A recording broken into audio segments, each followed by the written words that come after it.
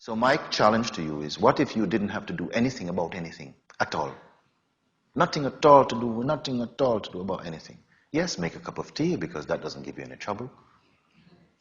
Whatever it is you have to do, answer the phone, make this appointment, whatever. Blah. But it's not accompanied by this idea that there is something that I need to do to be stable in the awareness, because I tell you that is a trap. Forget about it. If you touch this idea, you believe it instantly into existence. And then you have to believe another idea to remove it.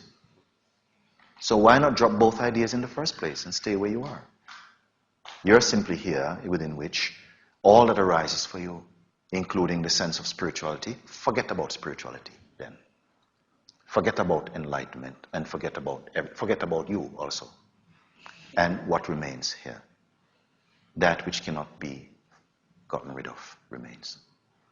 It's just that, simpler than simple.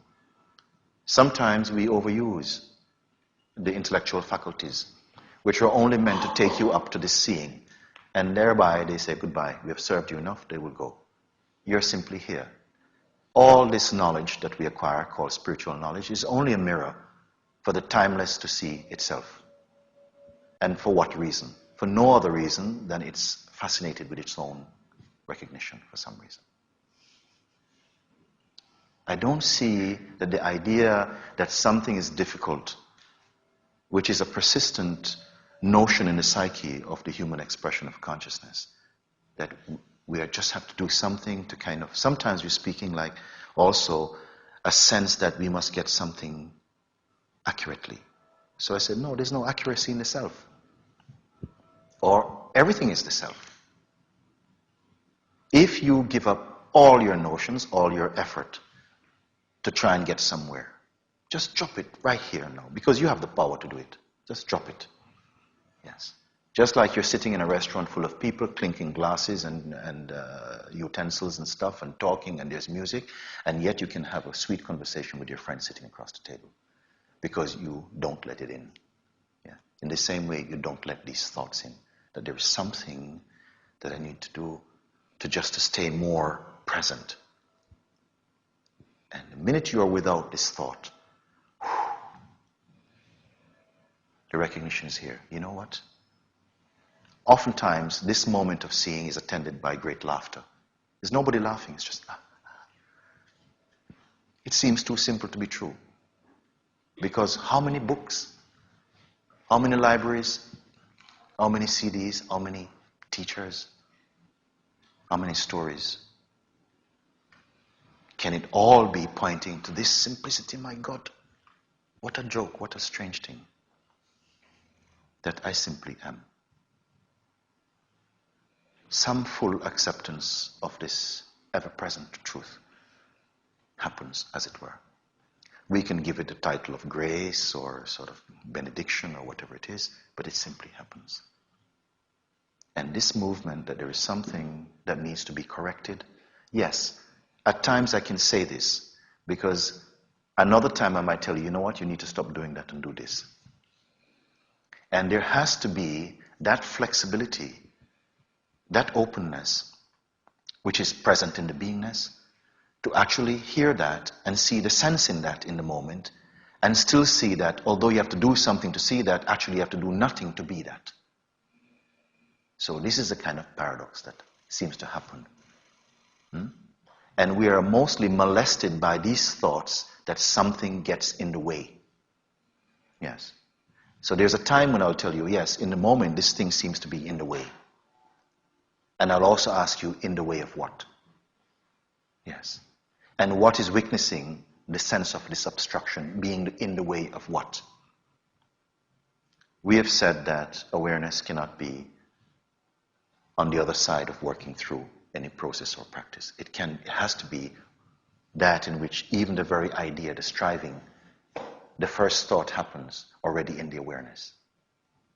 So any journey from that thought onward can only happen in awareness, but cannot be taking you to awareness as an objective goal.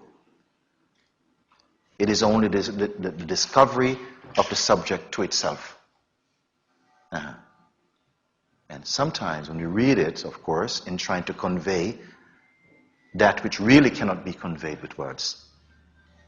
It cannot be touched or carried in the word. At best, you may say, out of the irrefutable authority of the seeing, those words are imbibed with a sort of presence. They have a power in them. They have more light or something in them when they come from that seeing, at best. Yes.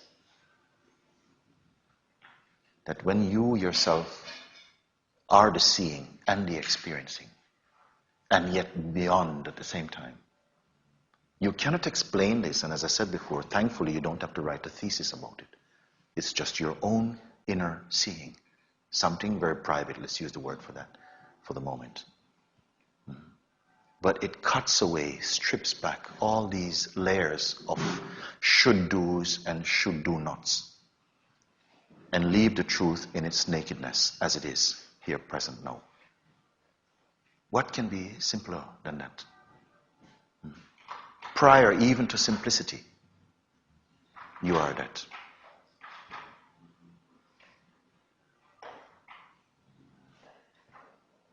Our minds are really enjoying this complete rest.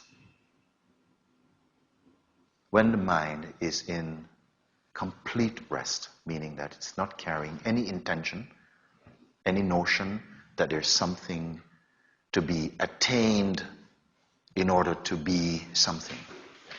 It spontaneously is one with self. It is self. Yes. Drop the notion that something stops you from being this.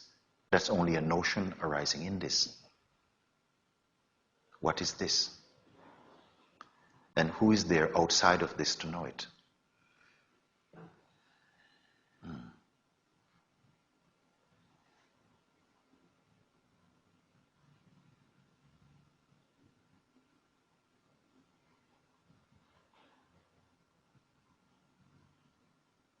In this that we are, it does not even say, I am this.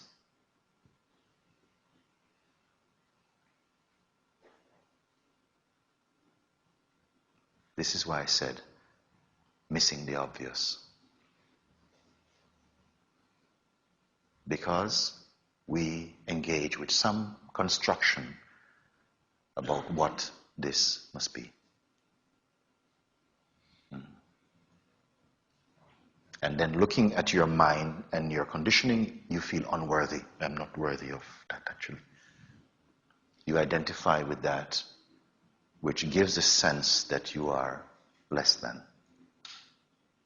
Because as long as there's a search, there is a sense something is missing.